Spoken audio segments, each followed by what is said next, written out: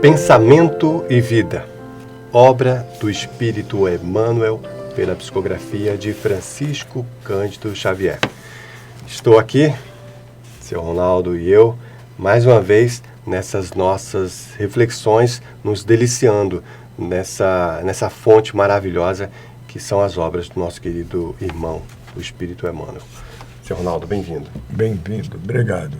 Muita paz no dia de hoje, em que vamos fazer mais uma reflexão da obra de Emmanuel e vamos ler a mensagem Um Berço, mensagem número 11 do livro Pensamento e Vida. Excetuando-se os planos organizados para as obras especiais, em que espíritos missionários senhoreiam as reservas fisiológicas para a criação de reflexos da vida superior entre os homens, impelindo-nos a maior ascensão, todo o berço de agora retrata o ontem que passou.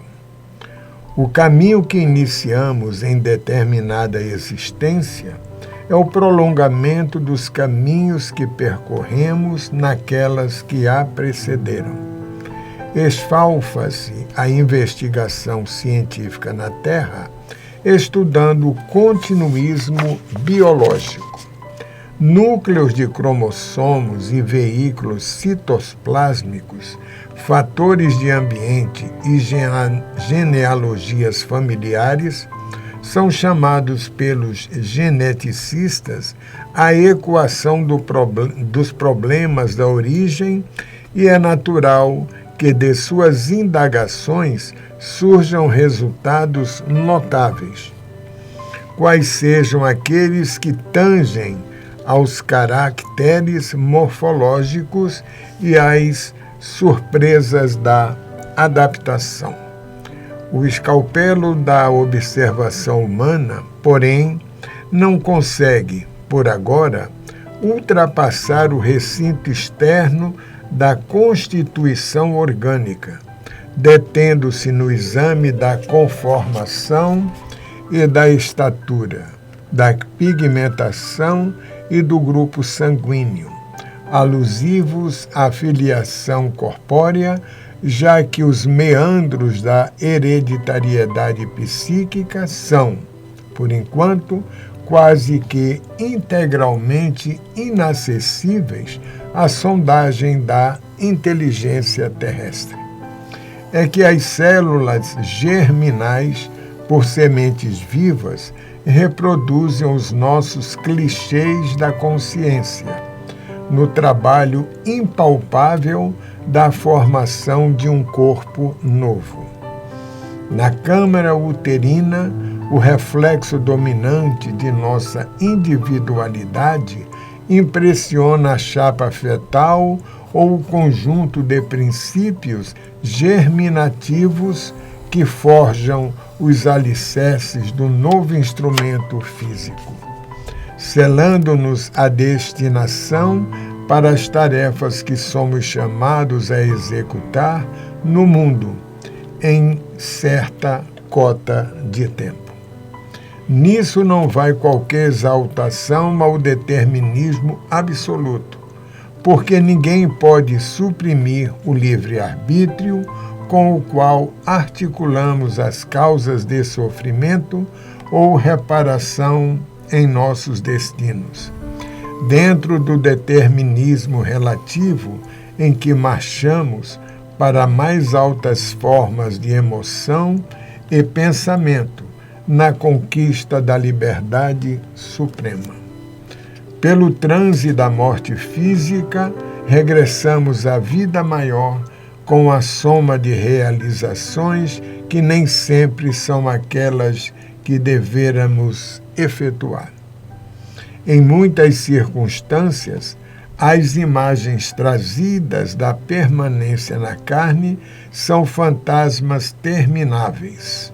Aliás, fantasmas temíveis, nascidos de nossas próprias culpas, exigindo reajuste e pagamento, a modelarem para os nossos sentidos o inferno torturante em que se nos envolve, em que nos revolvem as queixas e aflições. Eis, porém, que a justiça fiel, por misericórdia, nos concede o retorno para a bênção do reinício. Retomamos, assim, através do berço, o contato direto com os nossos credores e devedores para a liquidação dos débitos que contraímos, cujo balanço efetivo jaz devidamente contabilizado nas leis divinas. É desta maneira que comumente renascemos na terra, segundo as nossas dívidas ou conforme as nossas necessidades, assimilando para esse fim a essência genérica daqueles que se nos afinam com o modo de proceder e de ser. Os problemas da hereditariedade, em razão disso, descendem, de forma geral, dos reflexos mentais que nos sejam próprios. Em verdade, por vezes, abnegados corações cultivando a leira do amor pelo sacrifício, trazem a si corações desditosos, guardando transitoriamente nos braços monstruosas aberrações que destoam do elevado nível em que já se instalaram. Contudo, devemos semelhantes exceções ao espírito de renúncia, com que fazem emergir das regiões infernais velhos laços afetivos distanciados no tempo, usando o divino atributo da caridade. De conformidade com a regra, porém, nosso berço no mundo é o reflexo de nossas necessidades, cabendo a cada qual um de nós, quando, na reencarnação, honrá-lo com um trabalho digno de restauração, melhoria ou engrandecimento, na certeza de que a ele fomos trazidos ou atraídos, segundo os problemas da regeneração ou da mordomia de que carecemos na recomposição de nosso destino perante o futuro. Que aula! Nesse capítulo, Emmanuel nos mostra que a engrenagem divina é muito mais complexa do que nós podemos imaginar. Nós olhamos a vida com profundidade, mas a nossa maior profundidade ainda é muito rasa perante o que de fato a vida representa. A nossa hereditariedade física, a nossa hereditariedade espiritual, as nossas conexões, existe todo um planejamento. E nós já temos o privilégio de ter acesso a algumas informações que os espíritos nos trazem, como Emmanuel nos trouxe aqui, entendendo que na engrenagem divina não existem erros. Perfeito. Chico nos falava sobre isso. O corpo que você tem é projetado, desenvolvido pela sabedoria divina, pelos, vamos dizer assim, os engenheiros siderais, né, os benfeitores espirituais, para que você possa desenvolver a experiência que você precisa desenvolver. A família que você nasceu, ele nos fala aqui sobre os elos que nós trazemos das outras vidas, cobrando ou devendo ou pagando aquilo que nós nos propomos. E só um detalhe muito curioso, Sr. Ronaldo. Sabe quem falava sobre a vida uterina, que Emmanuel também nos fala aqui, no parágrafo 7, ele nos fala sobre a questão do útero, a câmara do útero. Sabe quem nos falava sobre isso, que não tinha nada a ver com o espiritismo? Carl Gustav Jung, Isso. o pai da psicologia analítica. Ele dizia que o bebê humano não é uma folha em branco. Olha só, Jung falava isso. O bebê humano, segundo Jung, não é uma folha em branco. Ele nasce com história pregressa. E estudos recentes nos mostram que, inclusive, a própria vida uterina Nós sabemos que o bebê, quando está em formação no ventre da sua mãe, ele traz, né, ele está sendo preparado, aquele corpinho sendo preparado para que receba um espírito. E esse espírito, assim como todos nós, temos uma história pregressa, uma história infinita. André Luiz nos dizia que uma existência é um ato, um corpo é uma veste. Isso. Se um corpo é uma veste e nós trocamos de roupas algumas vezes por dia, você imagina uma existência, quantas roupas nós não trocamos. Então, só para concluir essa questão aqui, Jung dizia que o bebê humano, ele traz uma história pregressa. O corpo é projetado, mas o espírito traz toda essa história. E, ao mesmo tempo, na vida uterina, os estudos recentes mostram que o bebê tem, sim, experiência daquilo que ele está processando e daquilo que ele está captando energeticamente no seio familiar. Tem um detalhe aqui, Hugo, que diz o seguinte: esfalfala-se a investigação científica na Terra estudando o continuismo biológico. Nós, quando estudamos o Espiritismo, e nessa mensagem veio a nós através de um espírito, além do biológico, nós avançamos muito mais que ao lado espiritual, não é? Então, só um exemplo meu hoje. Por exemplo, eu quando fui pai, que eu não era espírita, eu não tinha conhecimento disso aqui. Quando tornei-me avô, já era espírita e agora pela segunda vez, encaixa-se perfeitamente essa mensagem de o berço na nossa programação espiritual, com o nosso passado, como ele afirma aqui, e a página em branco, né, que você colocou, para que a gente possa, nessa nova página, nesta existência, escrevermos coisas, digamos, corretas. Corretas, e inclusive é como se você tivesse um caderno que você fosse escrevendo, e aí assim, você pega uma outra página, mas você já está dando sequência, é um novo espaço, mas o caderno já está sendo utilizado. A cada existência, nós vamos esculpindo a nossa jornada, do mineral ao arcanjo.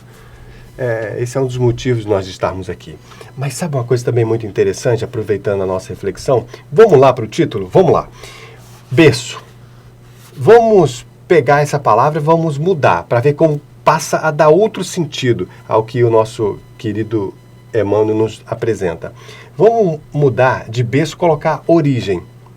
Ou então, essência. Olha como as peças se encaixam. Isso. Mas enfim, vamos avançar. Nessa colocação do Hugo,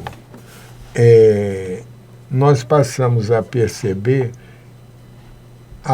o cuidado que esses irmãos, esses construtores do mundo espiritual preparados, isso temos na obra de André Luiz, no processo da reencarnação.